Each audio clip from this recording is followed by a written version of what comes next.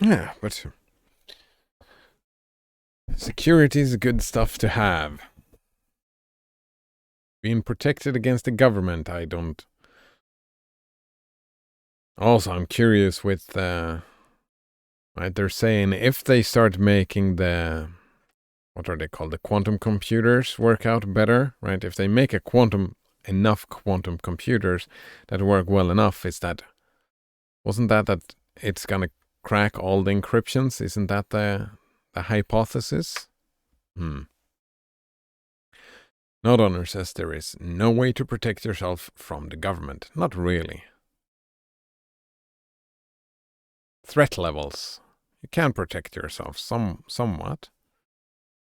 Not ultimately, not if you look at it as a dichotomy, right?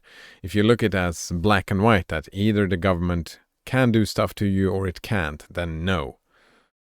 But life is not like that. You can protect yourself. Maybe he did something right, something everybody else in history done wrong. What, like eat the food, drink the water, and breathe the air?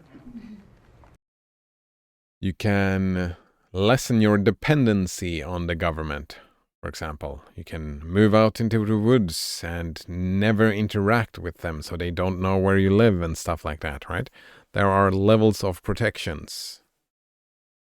But not, like saying not really kind of implies that that is a black and white kind of thing. No, threat evaluation. I like that. No Runner continues, but I would argue things that are easy for a government to crack are within reach of an average hacker soon. Average hacker? What about average person? Maybe you're not protecting yourself against your average hacker.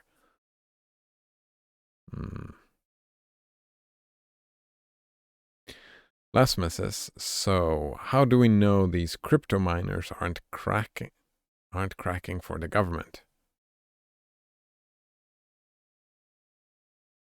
I don't know. Crypto miners, I don't know who the crypto miners are. Actually, I was curious before we start reading. I'm gonna read that, so I'll put that over there. What was that? Graphene. Here we go. Graphene OS. I was just curious. Oh, right.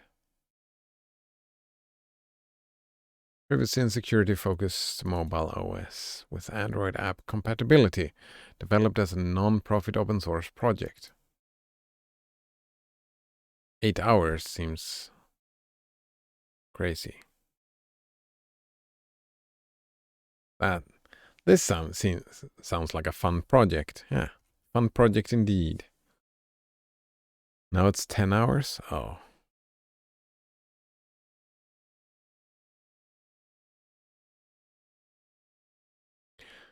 Banana Wafflemaker says, if you mean virtually, I could chuck my phone at a wall dump my computer and move to a Buddhist monastery somewhere. Exactly, without telling anyone. There is always some government, right? Potentially going by force, sending cops, right? A threat level for me to protect myself from, right? I feel fairly protected from the government from attacking me for a thought crime. Right? If we're talking threat levels here. The government will not stop me from doing thought crimes. I feel fairly protected. Yeah, it always depends on the context, right? Context is king. Not Honor says, if the government wants you bad enough, they will find you. Yep. It's just a matter of time. See the Silk Road. Yeah. Well, then the protection then is to make sure that the government does not want to find you. That is a layer of protection. You can make sure that the government does not want to find you. You can praise Big Brother, and you can say Big Brother is the greatest. Everybody should love Big Brother.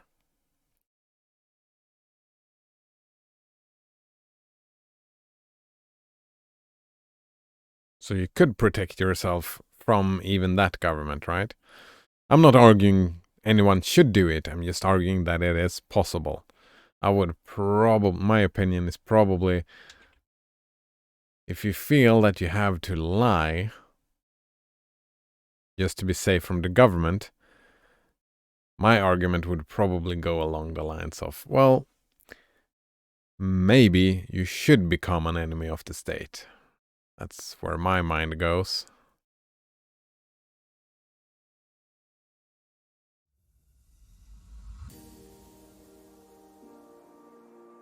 But I don't know. I don't know.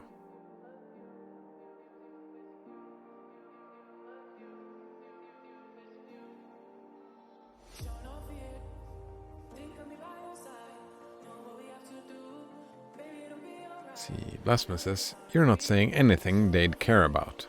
Kappa. Exactly. They don't want me bad enough because I'm not saying anything they care about. Exactly. My point exactly, Blasphemous. Nodonor says, if you go to another country, they will extradite you unless you're in Russia or something. Yeah, if they can find you. If they have a reason to, if they don't agree with what you're saying, right? There are many different countries, not all of them have extradition treaties, right? Some countries don't like other countries. You can flee to, like, if you're... You could probably flee to North Korea? No, I don't see that going very well, but you get my point. You can flee out into the woods. But yeah. There are different levels of protection. And there are stuff that are worth doing where you are not protected. Civil disobedience, for example, kind of... The whole idea is that you're not supposed to be protected with civil disobedience, right? Right, well, okay, if you go to another country, they will extradite you unless you're in Russia or something. And even then, you can never leave, and you never know when the Russian government will use you as a political chess piece. Yeah. Blasphemous says Snowden seems suspicious. What did he say that wasn't already known? It wasn't known. That was the thing, Blasphemous. It was hypothesized. People... They didn't have any evidence. Like, he came with the evidence. Right? A lot of people were not surprised at what was going on, but there was no evidence. He was a whistleblower, right? That was what he said, right? So he gave information that was not publicly known, yeah. Banana Waffle asks for a quote, and the quote is, anything that thinks logically can be fooled by something else that thinks at least as logically as it does. It sounds good, but I'm not sure that it works. That anything can be fooled. Right? Usually we get fooled, they prey on our emotions, not our logic. Like con men, they prey on emotions, for example, I think. Nodonor says, so if they don't care about you, then the government is not a threat. And if the government is a threat, there's nothing you can do about it anyways. That's still very black and white in your thinking, Nodonor.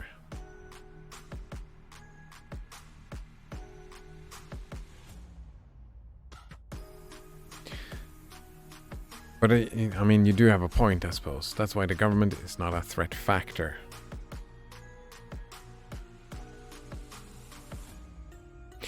And I mean, even if, right, if the government is a threat to you, yeah, I would love for there to be a better system in place to protect yourself from the government. I agree with you on that point, for sure. Actually, I would argue that the majority of people should be protected from their governments as a baseline. That's an interest. That's my opinion on stuff like that. Anyway, just a little bit. Yeah, the baseline should be governments, not only governments, but big corporations as well, right? Baseline should be, yeah. Oh, we're back to that. Data collection should be opt-in. Should be opt-in, all the data collection. Shouldn't need a password for anything, right? I'm not arguing against passwords, but right, just ethically, you shouldn't need password protect anything. You should be able to just give the information, I don't want anyone reading this, and no one should be reading that. From an ethical, opinionated point of view, right? Yeah, that's what I think. Like ethically, that would be the best of worlds, but that is not the world we live in. Therefore, having protection from your governments and your corporations and not only corporations, like any big organization, individuals should have some sort of protection, and that should be a priority for... Yeah, that should be a priority for any government, for any political thing, in my opinion. But it isn't, because that's not... People don't agree, right? Most people don't agree. They don't care about these things. Blasphemy says, this is what is called a limited hangout. Limited hangout. What is this? Alright, we'll get up to that. Wait, did I give you the wrong name again? It was Blasphemous who talked about this and linked this. Blasphemous continues, if you can protect yourself, then what kind of a government would you say you're dealing with?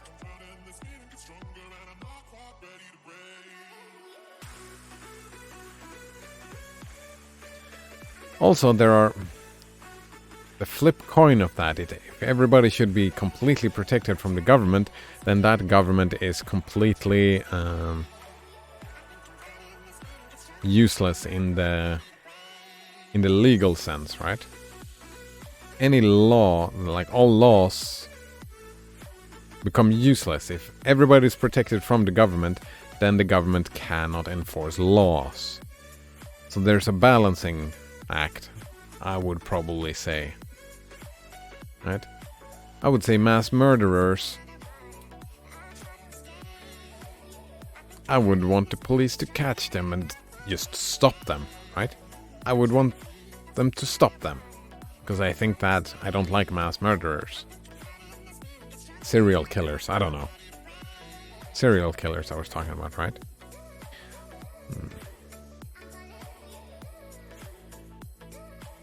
No Donor says, I'm not saying there should be a system in place to protect yourself from the government. I never said that. No, I said that. That's what I made it into an ethical discussion, right?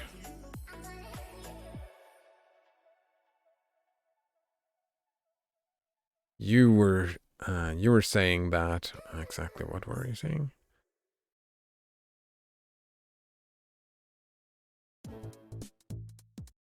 That there is no protection.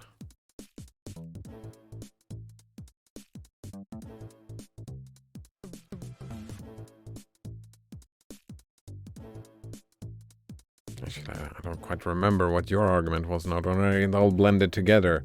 I was thinking about that video you were talking about, right? I'm almost thinking about the abandon them thing, and you didn't say that either. Right. That was what started the argument.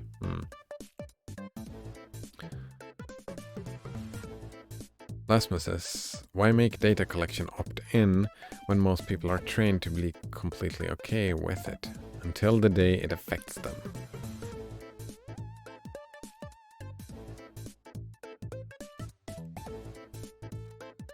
Because they would have to opt in. It's better than have it opt out, right? Blasphemous. Right. If the options are, let's assume that the options are either you opt in or you opt out.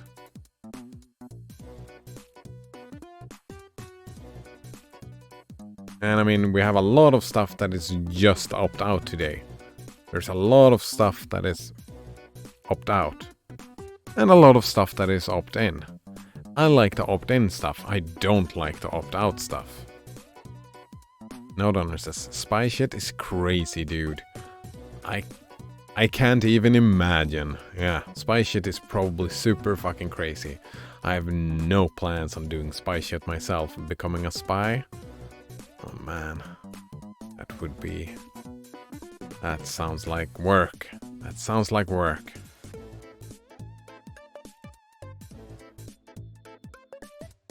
Blasphemous says, ethically, we think it should be opt-in, but most people just don't care. Yeah. Isn't that fine then, Blasphemous? If they don't care, then they don't care. And they can opt in if they so choose. Is there, like, political reasons? Is there a reason for me to have anyone else be not having that choice? Banana Waffle Monkey says, voyeurs everywhere. Selfie obsession. Voyeurs.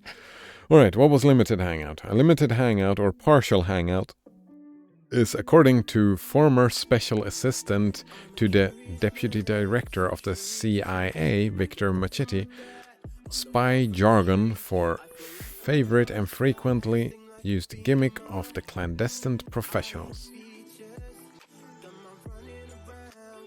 When their veil of secrecy is shredded and they can no longer rely on a phony cover story or to misinform the public, the last resort to admitting, sometimes even volunteering, some of the truth, while still managing to withhold the key and damaging facts in the case. The public, however, is usually so intrigued by the new information that it never thinks to pursue the matter further. Oh man, I didn't catch this. All right. Spy jargon for favorite or frequently used gimmick. Clandestine pro. Limited hangout. Alright, so when the veil is lifted, right? Alright, so that is, for example, the whistleblowing, right? The whistleblowing. When that whistleblowing happened, the veil of secrecy was shredded. So then they can no longer rely on a phony cover story to misinform the public. They resort to admitting, sometimes even volunteering some of the truth, while still manage to withhold the key and damaging facts in the case. Oh yeah. Limited. What's with the hangout? That didn't make... That's what caught me up, right? Hangout? How is this a hangout? Oh, they hang out the information. I was thinking what we're doing now. I'm hanging out right now. I'm just hanging out. That's why it's confused me. But yeah, just we give some information out. Yeah. And that's the point, right? Because the stuff now that, like the invasive listening in, that they did not volunteer, right? There's probably stuff that are being done that we can feel pretty safe in assuming that they are being done. But without confirmation, we don't know. We just think. And that is why the thing that Snowden did was a good thing, right? Oh, you meant that Snowden was a limited hangout. Yeah, it might be, right? Either, like, he did not get out there with all the information either way, right? So, even if it was, like, a strategy, a tactic, a gimmick, if Snowden was part of a gimmick, which I don't believe, but it could be, right? The consequences are the same. Limited amount of information, right? The secrecy is still there. There's a lot of stuff that are secret that happen. And the consequences are the same, I'm pretty sure. Not on our cest, be right back.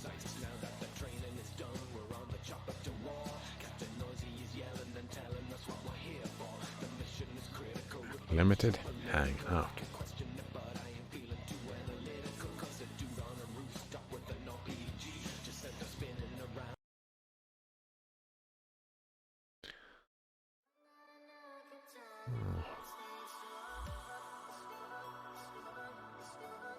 It's very interesting, this thing. I think, yeah, the whole point is that it's difficult to keep ethical discussions about that. What should and should not the government have access to? How much information on the...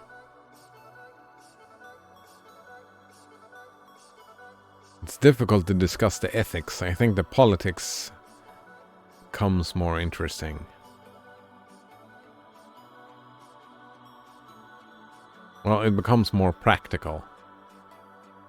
Easier. There we go. Easier. It becomes easier to discuss. Right? Specific cases. And to discuss those cases, we need opacity.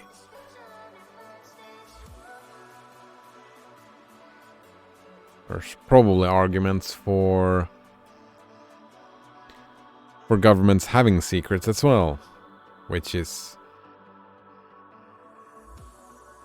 Actually, I'm gonna take a hard stance and say just no. Just no. Not even only governments, I would say any big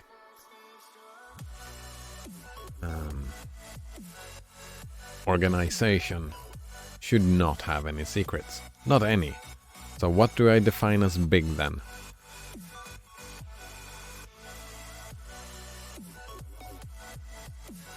Right, because I don't want family. I'm okay with families, right?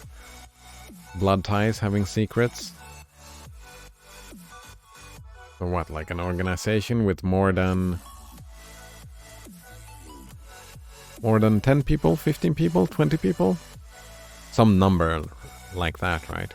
If the organization is bigger than that, then I would say secrecy, just don't. Fucking don't. Everything that organization does, public domain. Can I take that hard line? I mean, it sounds fucking great to me. There has to be some argument against it, though. Is there any reason? I mean, we have weapon making, right? We have organizations that deal with studying virus generation. Right, we're talking viruses here, trying to make a virus that potentially could wipe out, let's say, half of humanity. Let's say someone has that as their job, right? Or an organization that does that. They study and research and figure out how that virus would look like.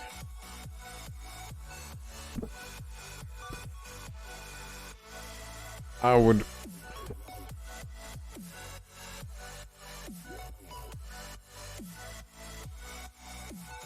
not sure if I would like that information to be freely available for everybody. What is the more metaphysical argument, right? How could we argue, like, how could we generalize that idea? That some secret, like some organizational secrets should be a thing. How can we generalize that? Is that just a numbers thing as well? If that information is potentially harmful, well, the problem is as soon as you say something that, alright, these secrets are fine, then any big organization could just hide behind that reason and say, well, any generalization we would grant them would be Well, this is the reason we cannot give that information. We cannot disclose that information.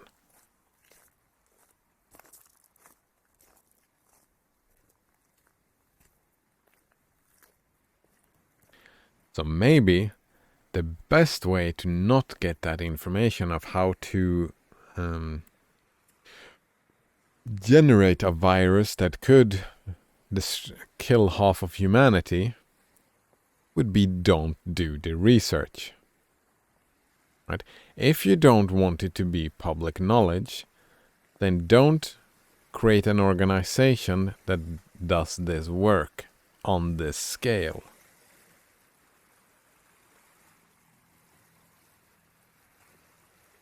Is that okay? Yeah, it's up to each and every one then, right? Do I want to be part of an organization that does this? Am I happy with all of humanity getting this knowledge?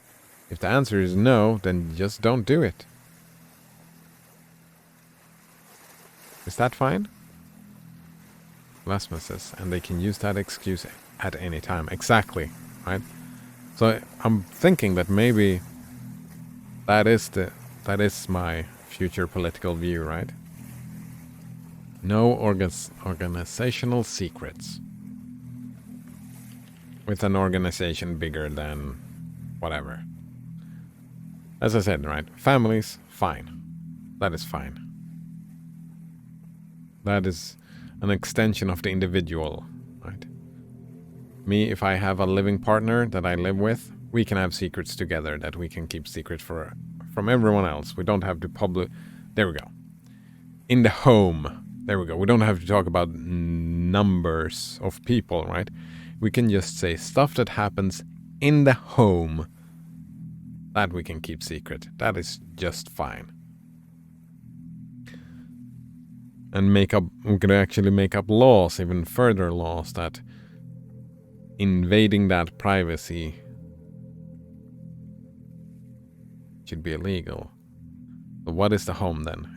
Internet should not be the home because you connect to a line. So anything that happens on the internet is outside, right? The connection leaves your home. Yeah, I like that. The home is the boundary. Home as a boundary. Anything that happens in the home stays in the home. And it should be that way. As soon as you leave the home, right? As soon as you make a phone call,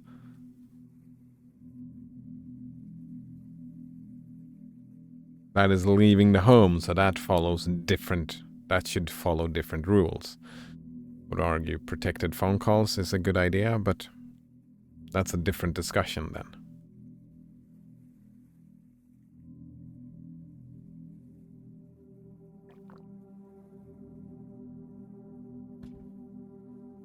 Alright.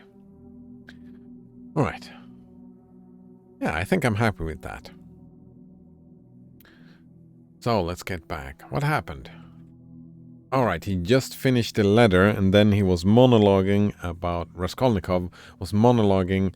I thought he was thinking that the dude was a gold digger, but no, that's not the problem he had. He had a problem that his sister would become a gold digger. Because that would lead to her... a life not enjoyable. Was what he claimed. Alright. He suddenly paused in his reflection and stood still. Actually, I want it to be a little bit bigger. Like that?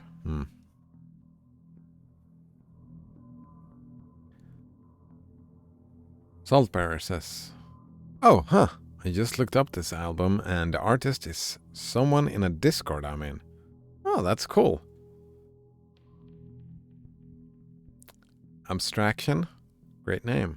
I'm actually gonna put a thumbs up on that thing. There we go.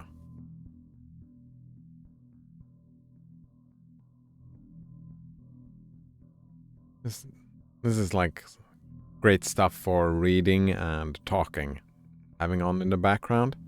I'm trying to thumbs up all the things.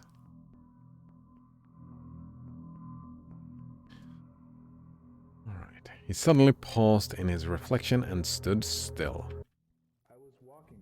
It shall not be, but what are you going to do to prevent it? You'll forbid it? And what right have you? Oh, I'm actually a little bit surprised.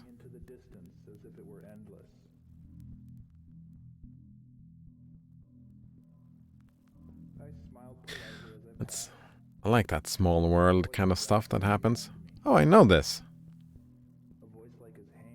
Is that someone, are you just in the same Discord, or is it someone that you have talked to before?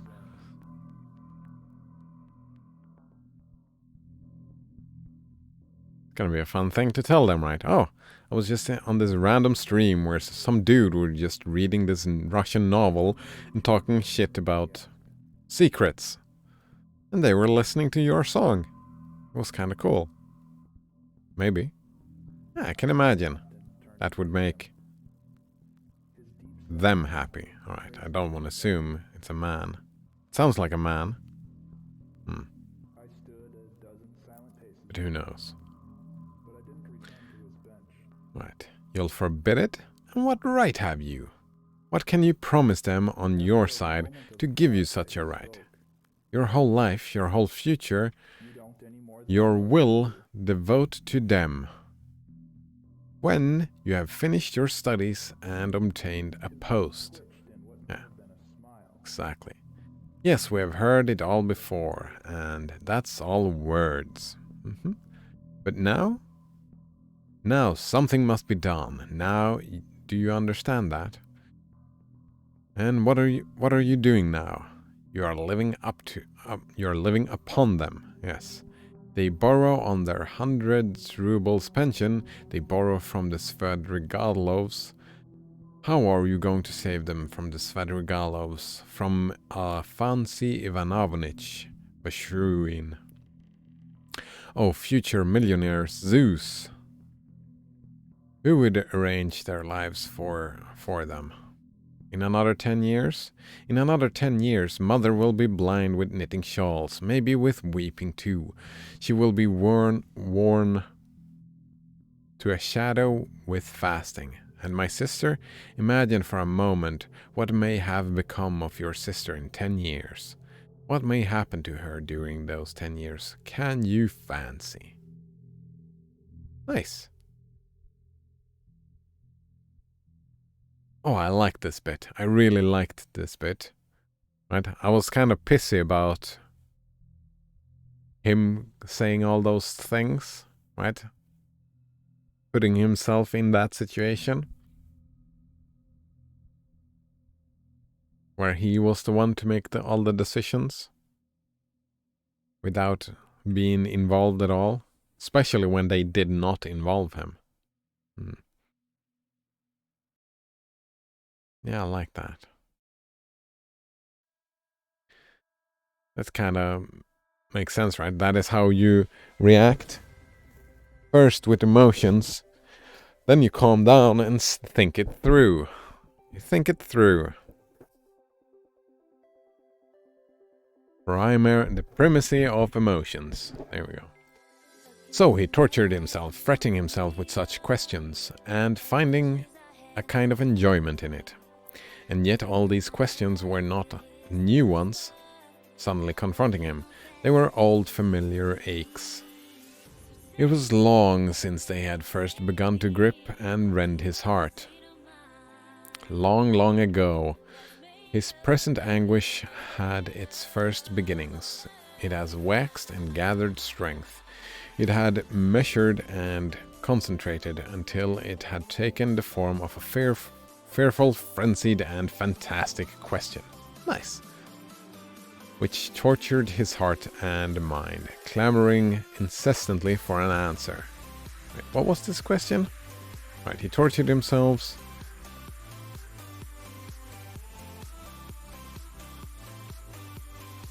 Alright.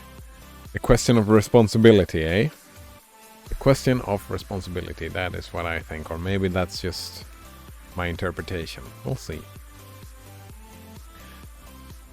Now his mother's letter had burst on him like a thunderclap. It was clear that he must now suffer passively, worrying himself over unsolved questions. But that he must do but that he must do something, do it at once, and do it quickly. Anyway, he must decide on something or else.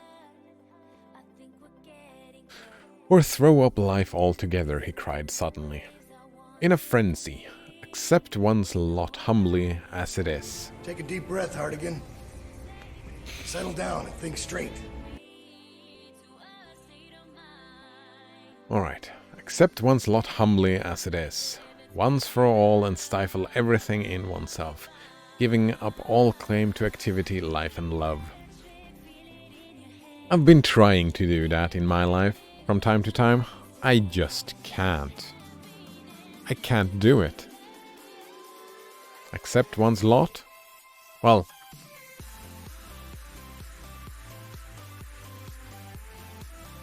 that I can do. Accepting my lot, it has taken practice, but I think I don't think it's a binary thing. I think it's something you work on. And I think I'm getting pretty good at just that bit, accepting my lot. But stifle everything in oneself, giving up all claim to activity, life and love. That I cannot do. And that I should accept. I'd accept my lot. My lot is I cannot give up on those things. I just can't do it.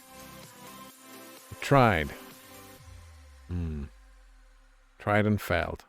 Maybe I could try some more. Yeah, I can try some more, sure.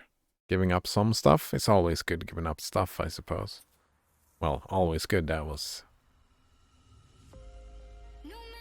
Just no. Just no. Do you understand, sir? Do you understand what it means to have absolutely nowhere to turn? Marmeladov's questions came suddenly into his mind, for every man must have somewhere to turn.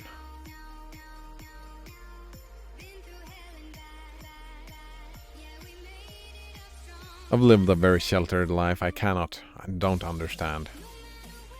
I cannot relate to that. Being all alone. Just being kicked out of society completely.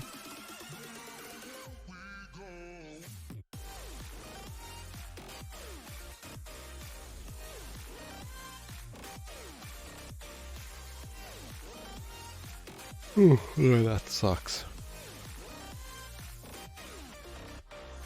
Oh, that makes me think about... Actually, I don't think I should talk about that.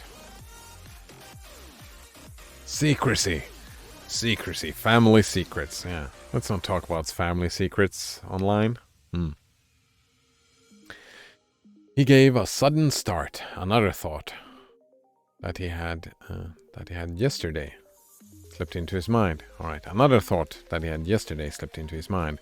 But he did not start at the thought recurring to him, for he knew, he had felt beforehand, that it must come back. He was expecting it. Besides, it was not only yesterday's thought. The difference was that a month ago, yesterday even, the thought was a mere dream. Ah, here we go. The decision is gonna be made. 1800 lines in, he's gonna make the decision that he started thinking about 1800... Well, no, he started thinking about it before 1800 lines ago.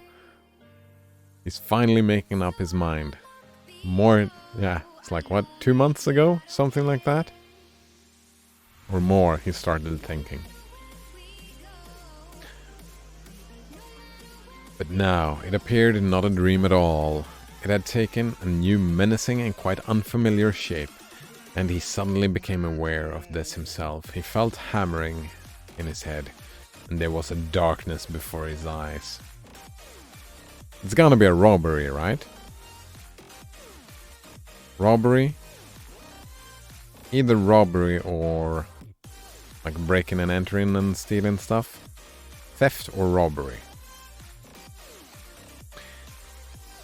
He looked around hurriedly. He was searching for something. He wanted to sit down.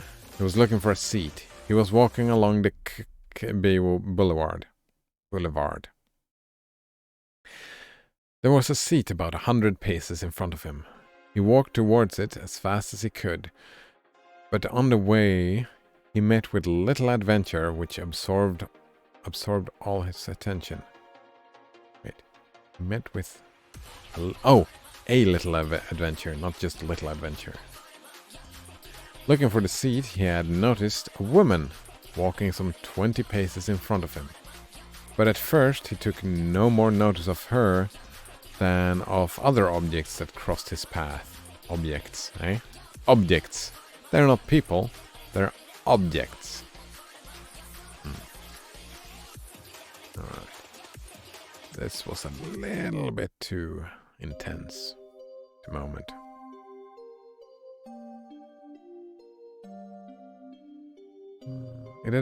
It had happened to him many times going home, not to notice the road by which he was going, and he was accustomed to walk like that. But there was at first sight something so strange about the woman in front of him, that gradually his attention was riveted upon her, at first reluctantly and, as it were, resentfully. And then more and more intently. He felt a sudden desire to find out what it was that was so strange about this woman. In the first place, she appeared to be a girl, quite young, and she was walking in great heat, bareheaded, and with no parasol or gloves, waving her arms about in an absurd way. Like she just doesn't care? She had on a dress of some light silky material, but put on strangely awry. Awry? No, what's that? Nope, that's...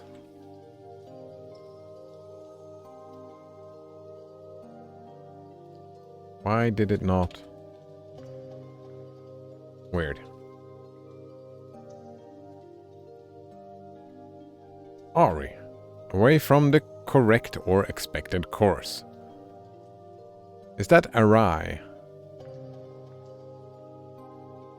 Something has gone awry? Is that just an old word for saying that?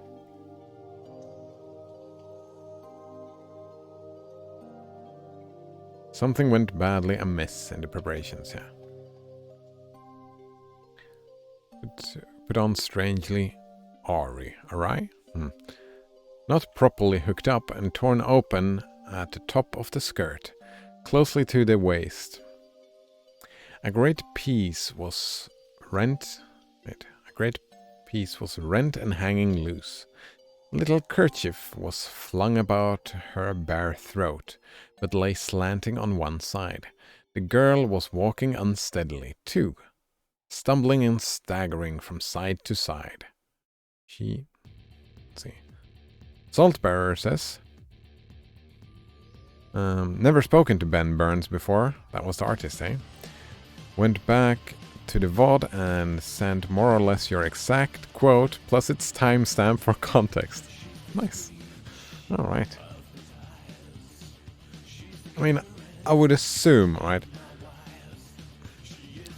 So many assumptions. I try not to. But I would assume if you're an artist and you play music and you publish and stuff like that, you'll be happy to hear people are listening to it, right?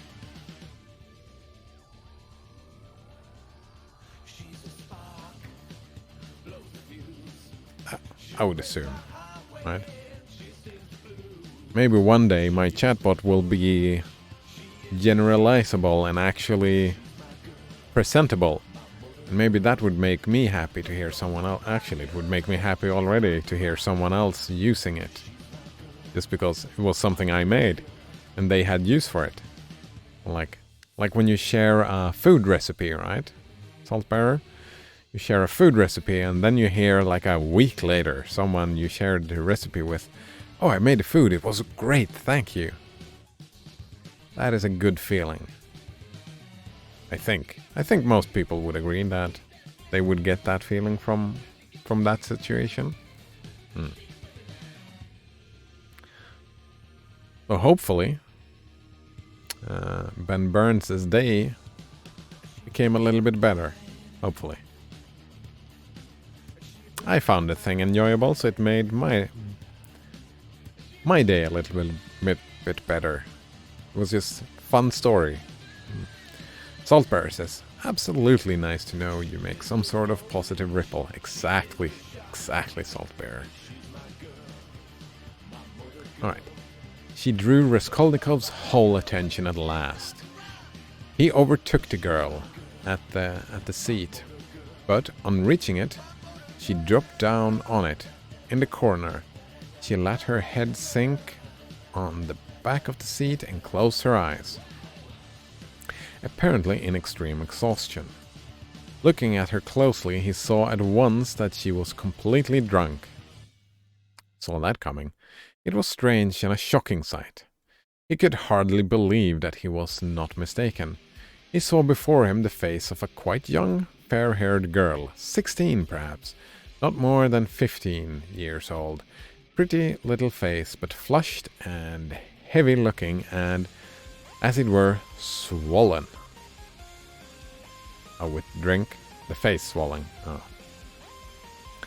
The girl seemed hardly to know what she was doing and crossed one leg over the other, lifting it indecorously. Alright. This seems like an interesting word. Oh, is it just decor? Indecor, like not following decorum? Without decorness. Indecorously. Unbecomingly, yeah. Unbecomingly, there we go. Not following the proper decor. A lot of that in the 1800s, eh? Not following the proper decor.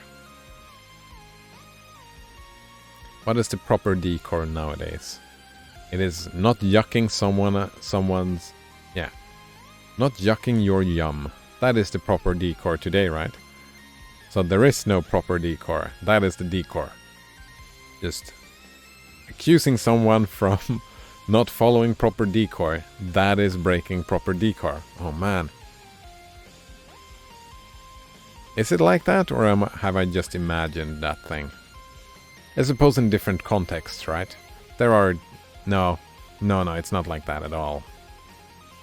It depends on context. The reason I end up thinking like that is because I am only... Right? The only places where I socially interact with other people, almost, not always, but most of the places are where there is no decorum, where everybody's just being their own selves. And, yeah, trying to have a good time. I have it pretty nice. Reflecting on it, it's a pretty nice situation for me to be in. No judgment for saying weird stuff, eh? And I do that often. Saying stupid shit. Instead of accusatory and, yeah, stuff like that, it's just... It's more of a polite criticism. Yeah, polite criticism. When someone thinks I break decorum, yeah, all the people, just polite criticism. Like, for example, most recently, Node Runners pointing out that maybe you should not give that type of advice, right? Polite criticism. And good criticism, right? Helps me learn, I think. If I can only learn and change my behavior based on that criticism, that's a good thing. I would wish that type of life upon everybody. Easy lives, yeah. Raskolnikov did not sit down, but he felt unwilling to leave her, and stood facing her in perplexity. Yeah, I can imagine in the 1850s, in a city in Russia, this is probably a fairly rare sight. This boulevard was never much frequented, and now, at 2 o'clock in the stifling heat, it was quite deserted. And yet, on the further side of the boulevard, about 15 paces away, a gentleman was standing on the edge of the pavement. He too would apparently have liked to approach the girl with some object of his own. Object? Probably not object. Probably object. Right? He too had probably seen her in the distance and had followed her, but found Raskolnikov in his way. He looked angrily at him, though he tried to escape his notice, and stood impatiently biding his time till the unwelcome man in rags should have moved away. Wait, maybe not. Maybe it was more unsavory things he had in mind. His intentions were unmistakable. The gentleman was plump, thickly set, a plump, thickly set man, about 30, fashionably dressed with a high collar, red lips, and mustaches. In plural. Raskolnikov felt furious. He had a sudden longing to insult this fat dandy in some way. He left the girl for a moment and walked towards the gentleman.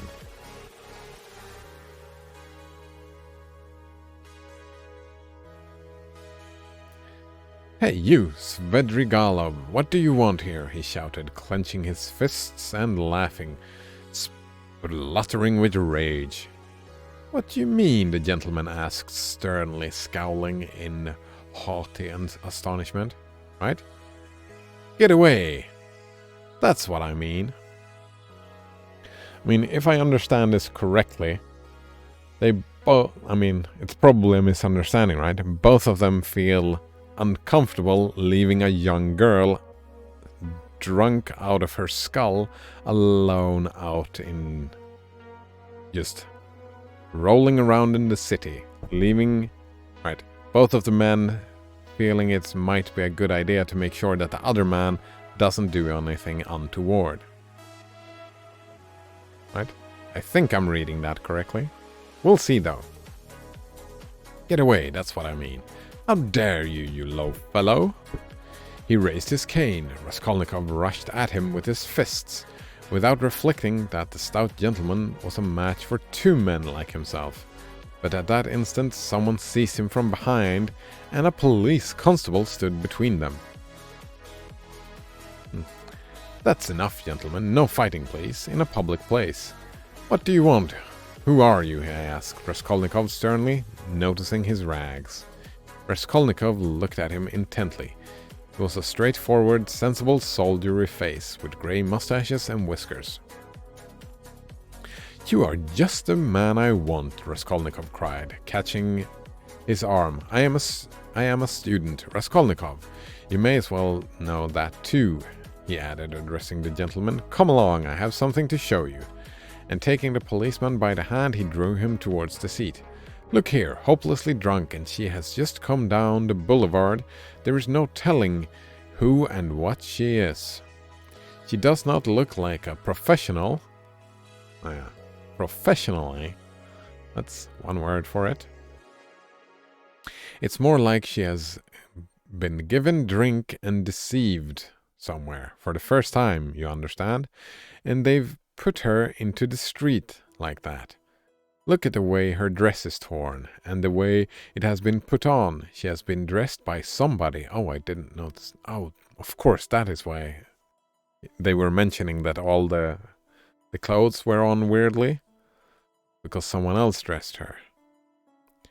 She has not dressed herself, and dressed by unpracticed hands, by a man's hands. That is evident. And now look here, I don't know that dandy with whom I was going to fight. I see him for the first time, but he too has seen her on the road, and just now, drunk, not knowing what she's doing, and now he is very eager to get a hold of her, to get her away somewhere while in this state. That's certain, believe me, I'm not wrong. Right? I'm not wrong? Sure you're not. That's an accuse, right? Quick to assumptions, this Raskolnikov. Even more quicker than me, eh? I saw him myself watching her and following her, but I prevented him. And he is just waiting for me to go away. Now he has walked away a little and is standing still, pretending to make a cigarette. Think, how can we keep her out of his hands? And how are we gonna get her home? The policeman saw it all in a flash. The stout gentleman was easy to understand. He turned to consider the girl. The policeman bent over to examine her more closely, and his face worked with genuine compassion. "Ah, what a pity," he said, shaking his head. "Why, she is quite a child. She has been deceived. You can see that at once. Listen, lady," he began, addressing her. "Where do you live?" The girl opened her weary and sleepy-looking eyes, gazed blankly at the speaker, and waved her hand. "Here," said Raskolnikov, feeling his pocket and finding 20 kopecks. "Here, call a cab and tell him to drive her to her address. The only thing is to find out her address." Missy, the policeman began again, taking the money. "I'll fetch you a cab and take you home myself. Where shall I take you, eh? Where do you live?" "Go away, they won't leave me alone," the girl muttered, and once more waved her hand. "Ach, how shocking. It's shameful, Missy, it's a shame." He took his head again, shocked, sympathetic, and indignant. "It is a difficult job," the policeman said to Raskolnikov, and as he did so, he looked him up and down in a rapid glance. He too must have seemed a strange figure to him, dressed in rags and handing him money. "Did you meet her far from here?" he asked him. "I tell you, she was walking in front of me, staggering, just here in the boulevard. She only just reached the seat and sat down on it. Ah, the shameful things that are done in the world nowadays. God have mercy on us." Alright. An innocent creature like that, drunk already. She has been deceived. That's a sure thing.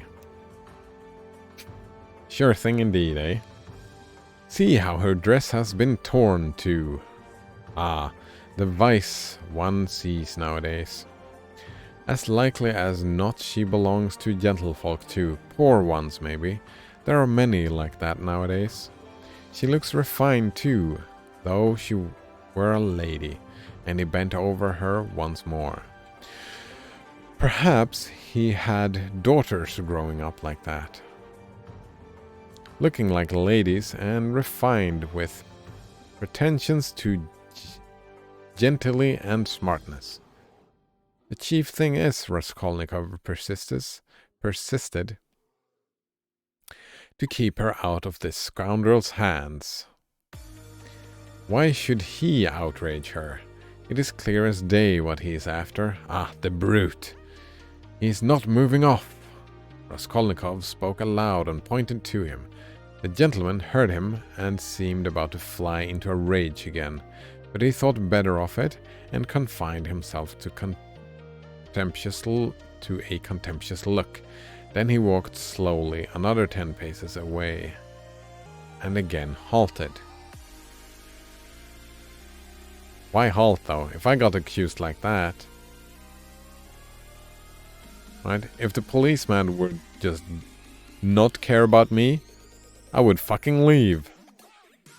Just leave rather than to stand being accused like this. Just, I don't want any part with this. The police can take care of it. I'm out. Keep her out of his hands, we can, said the constable thoughtfully. If only she'd tell us where to take her. But as it is... Oh, that's the point, right? Both of them are just gonna give up. Maybe he is. Maybe he has untoward stuff in mind. Missy, hey, Missy. He bent over her once more. He opened her eyes fully all of a sudden, looked at him intently, as though realizing something, got up from the seat and walked away in the direction from which she had come. Oh, shameful wretches. They won't let me alone, she said, waving her hand again. She walked quickly, though staggering as before. The dandy followed her. Oh, there we go. But along another avenue, keeping his eye on her. Alright, so maybe he is... Raskolnikov maybe has something. Don't be anxious, I won't let him have her, the policeman said resolutely, and he set off after them. Ah, the vice one sees nowadays, he repeated aloud, sighing. At that moment, something seemed to sting Raskolnikov. In an instant, a complete revulsion of feeling came over him. Hey, here! He shouted after the policeman. The latter turned around. Let them be. What is it to do with you? Let her go. Let him amuse himself, he pointed at the dandy. What is it to do with you? Wait, what? The policeman was bewildered and stared at him open-eyed. Raskolnikov laughed. Well, ejaculated the policeman with a gesture of contempt, and he walked after the dandy and the girl, probably taking Raskolnikov for a madman or something even worse. Right? Yeah. Oh. He has carried off my 20 kopecks, Raskolnikov murmured angrily when he was left alone. Well, let him take as much from the other fellow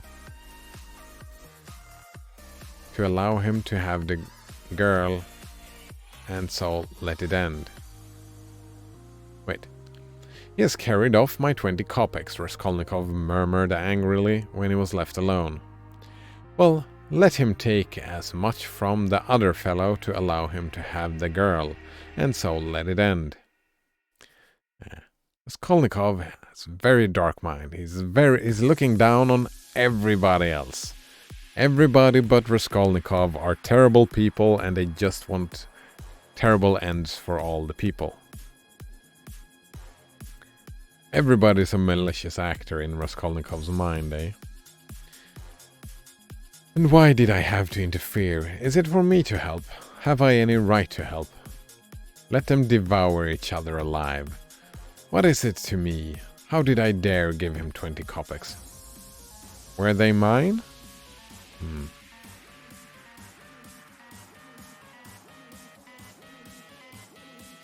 Blasphemous says, that sounds about right. I say as I always do. Don't attribute malicious intent for something that can easily be explained by ignorance.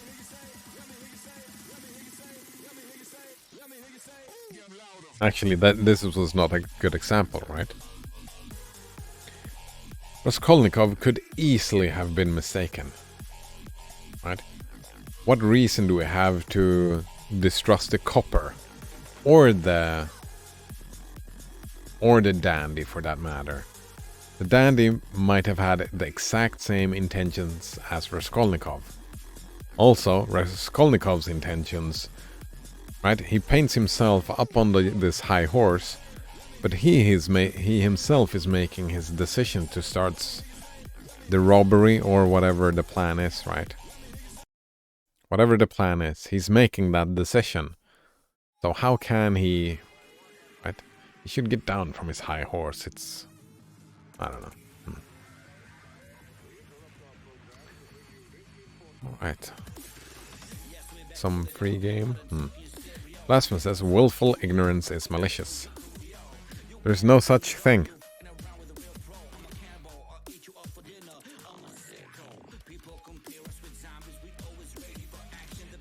Well, no. I get your point, right? We've talked about that before, right? That being an ethical consideration. Willful ignorance is not ignorance. Right? If you do something towards someone and they say, oh, this hurts my feeling. Alright, now you're no longer ignorant. If you do it again, you cannot claim ignorance anymore. But I mean, I suppose I get your point that one could have a willful attitude not to learn, not to pay attention.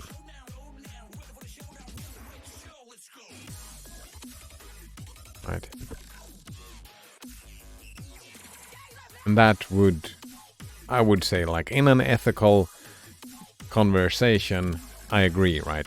Willful ignorance is malicious then. But usually that is not the case, right? Most people don't have a malicious intent.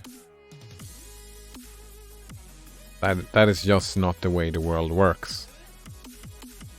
Lasma says, yes, there are plenty of people that choose to be willfully ignorant. Would you consider May to be one? Willfully ignorant. No. She didn't get it. May didn't get it. That's the whole point, right? I was confused that May didn't get it, but she still didn't get it. That wasn't willfully, right? She wasn't willfully, right? Oh, I'm just not gonna understand other people.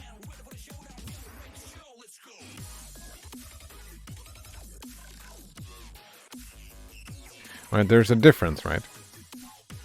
There is, I don't understand how other people react, and that's just ignorance. But there is the other thing, I don't care how other people will react. That's the willfulness, right? I don't care. And that will lead to ignorance, right? But it's that not caring about other people's feelings. That is the maliciousness, right? It's not the willful ignorance, it's about the not caring about other people's feelings. That is the maliciousness, right? I'm gonna do whatever I'm gonna do. Fuck everybody else. Right? That's not about the ignorance, is it? Ignorance is a consequence of that attitude, I suppose.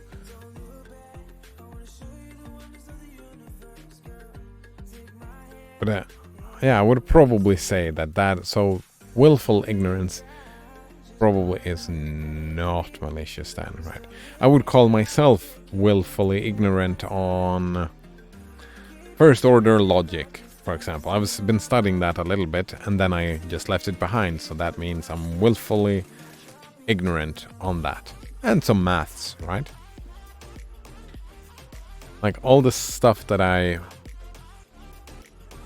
willfully decided not to study when I had the opportunity and learn, that would be willful ignorance.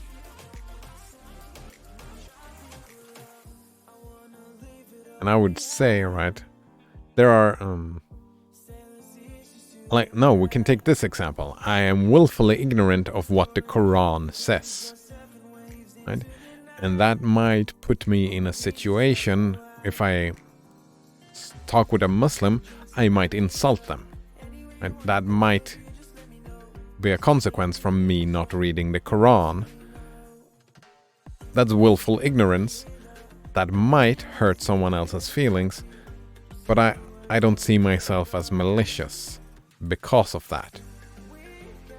I would say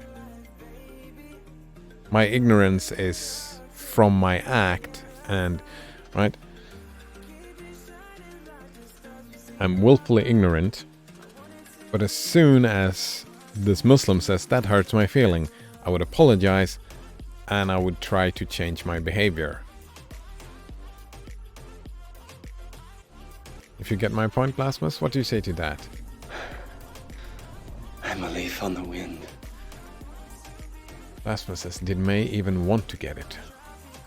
I seem to recall her wanting to... Alright, I'm not even sure we're talking about the same example here. Right? I'm thinking about May and Bay and how May was terrible towards Bay like 3 or 4 times. Really terrible. Right? May had forgotten about Bay's mother dying, for example. And stuff like that. But I'm pretty sure at the end, when they were sitting at a bench and talking it through, right, the BFF thing, well, not BFF thing, but the friend in context, right? That is when she finally got it. And I'm pretty sure I remember her saying, you know, that she wants to understand, that she's not trying to hurt her feelings, right? Blasphemous says, but after insulting them and being corrected, would you still continue to be willfully ignorant? That's the point, right, Blasphemous? You are no longer ignorant. Right?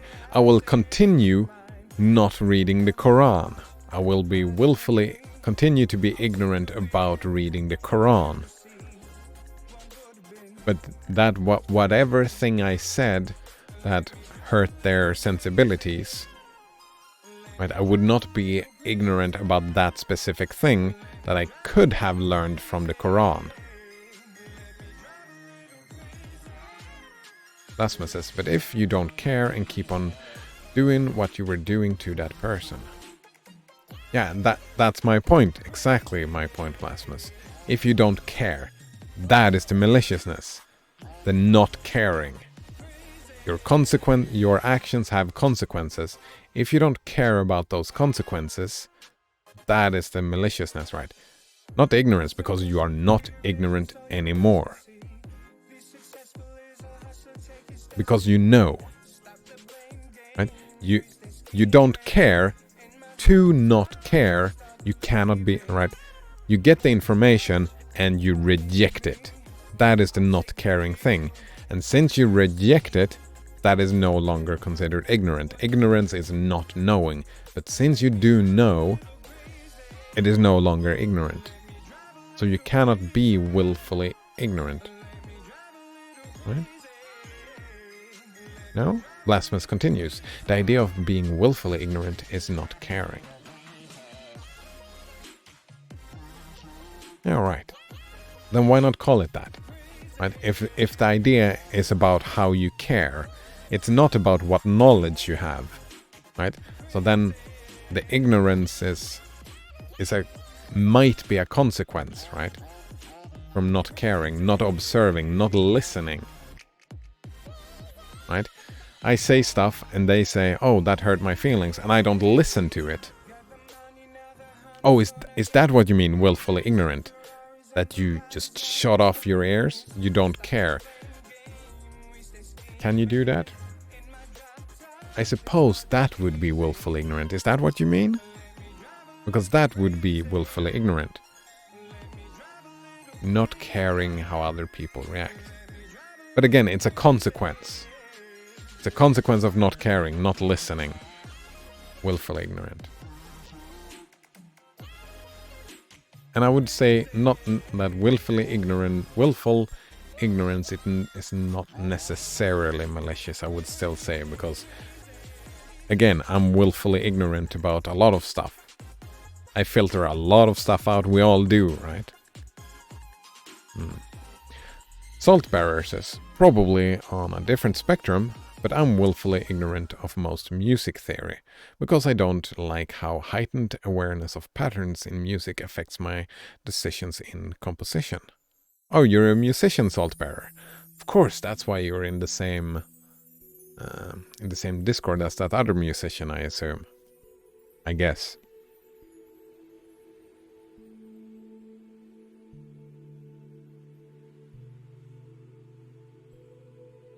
Yeah, I can get behind that. I know, there's a lot of different artists, right, Saltbearer, that have that attitude. I don't want to know what other people do. I want to do it more introspectively. I want to do it myself. I want to focus on what I do, right? I don't want to be influenced by X stuff. There's no ethics involved in that.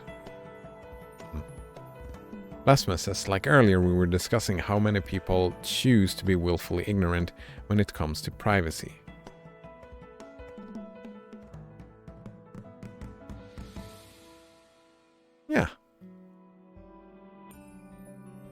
And that, yeah, I'm thinking that if the focus, right, what is the focus of what you're trying to say? Is the focus on not caring, or is the focus is about not knowing?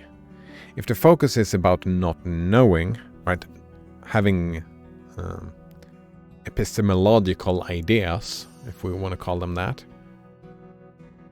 then I would say there is right? We all pick and choose, and I cannot judge anyone or like ethically say that there is a problem in willful ignorance if it's focused on just not obtaining knowledge. If that is the only thing, if it's willfully not obtaining knowledge, then I cannot blame anyone for doing that, because everyone is doing that.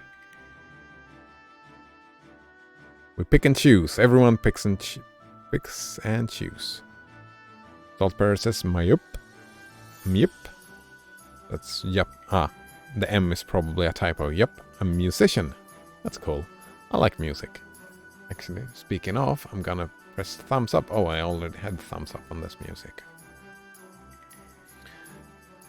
However, if the focus is on the act of not caring, right? That's the distinction that I am looking for, right, Blasphemous?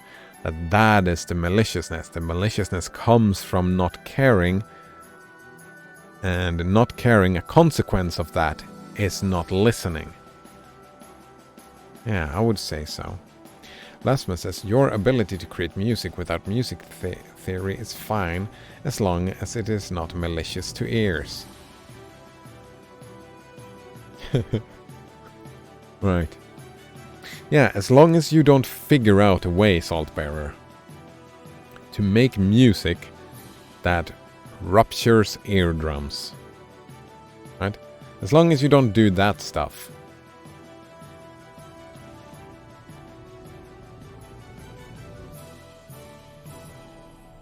Right, actually, if you're ignorant, even if you haven't studied, let's take that as an example. Let's say that you could make a specific combination of notes that would rupture people's eardrums. I would not say it's malicious not to study musical theory and not learning about that and still making music. That's what I'm saying, Blasphemous, right? It cannot be malicious if you don't know, right? You don't know what you don't know, right? Saltbearer says, I have made some harsh noise before. Yeah, but that's not malicious, right? Art does not have to be aesthetically pleasing. Art can be jarring, right? And that's fine. It's fine with jarring art. I mean, people don't have to listen to it. You haven't done any harmful art, right? Is that a thing? Harmful art? I don't think so. Yeah. Harmful art? I don't see that as a thing.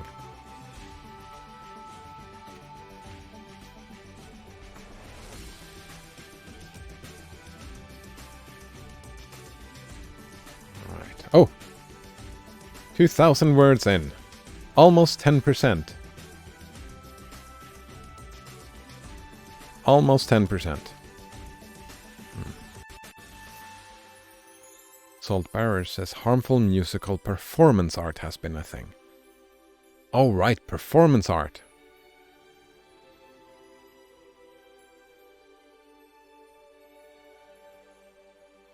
That becomes an interesting... Something that becomes very interesting is this.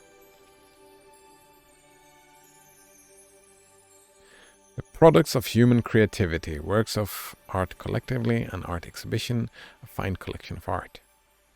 Alright, I would say that, yeah. If you hurt other people and consider that art, then yeah, then art can be harmful.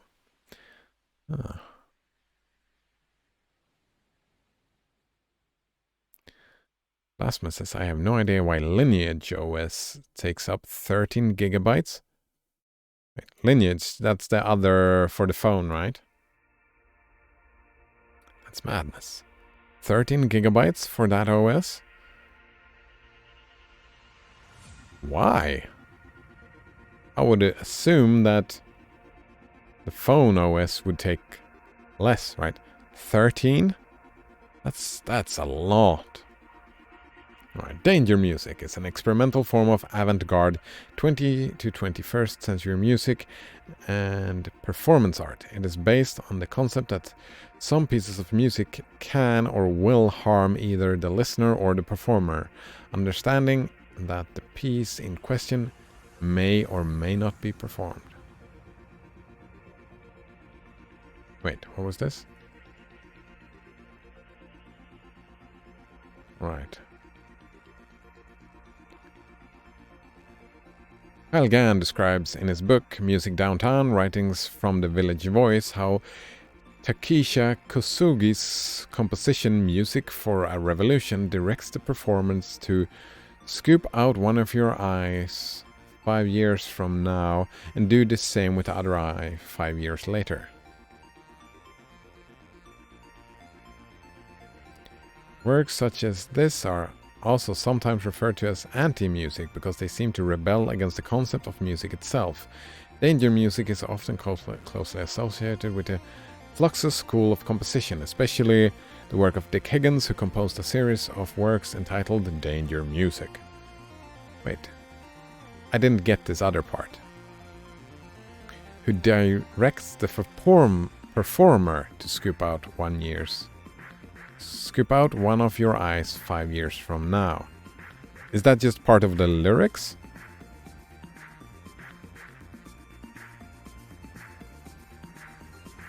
I didn't get this. I mean, this is not literally hurting anyone. That's just speaking words. No? Saltbearer says, like a sheet music performance instruction, I suppose. Oh. I get it. I would still say this is not hurting anyone. The sheet music it's just, the sheet music is a piece of art. It's a piece of literature, kind of, right? Which says this thing to someone. And I would say, no, that's... Even if someone read this, scooped out both their eyes, I would still not put the author of this. Right, I don't see anything that could be ethically evaluated, right?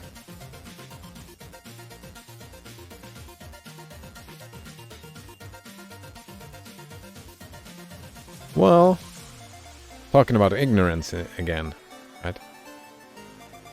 That depends on the thing, right? If he knew that someone was gonna do this, if they knew that someone was gonna do this after writing it, then yes, maybe. Because he is not ignorant of the consequences of his actions, and his actions is that someone is gonna scoop out their eyes. That would be worthy of ethical evaluation. That series of events. I don't know what to think of it myself, but it is worthy of evaluation from an ethical standpoint.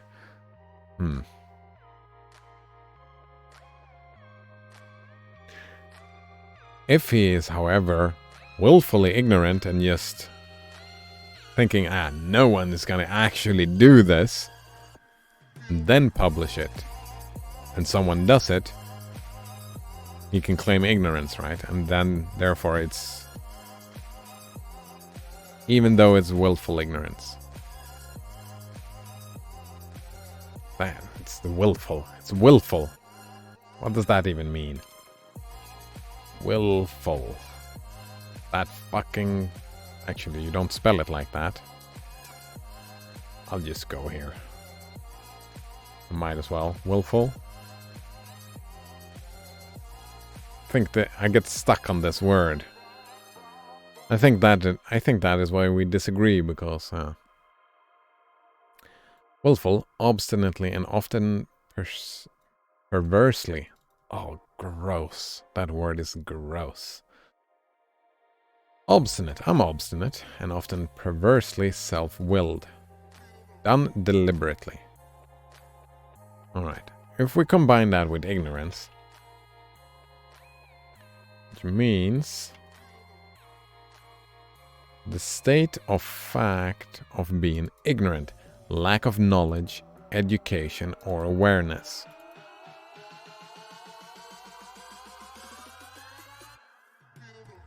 I don't see the lack of knowledge in an ethical situation to... You can take the lack of education. That's what I've been talking about, right? And I don't see that as malicious. Lack of awareness. I don't see that as...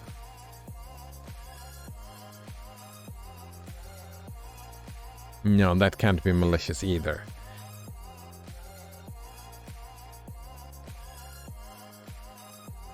Yeah, no. No, I have to go back to my previous statement that if we take ignorant as a lack of either of these, then willful ignorance, I cannot see that as malicious. Not at all.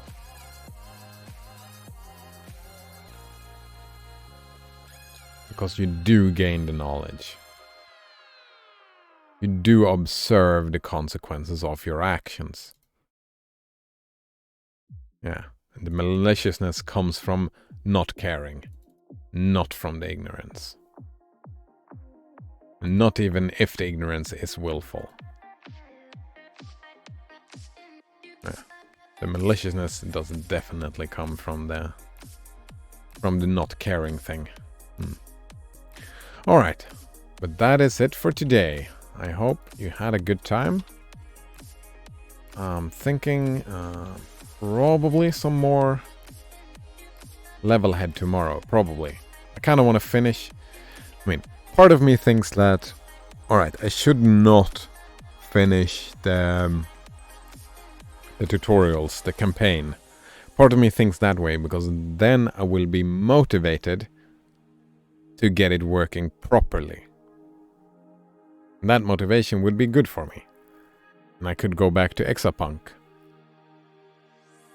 Part of me just wants to finish it, to be finished with it. But then I won't be as motivated to try to... Maybe I can go back and forth. I can play Exapunk tomorrow and Levelhead the day after tomorrow. Or stuff like that. I don't know.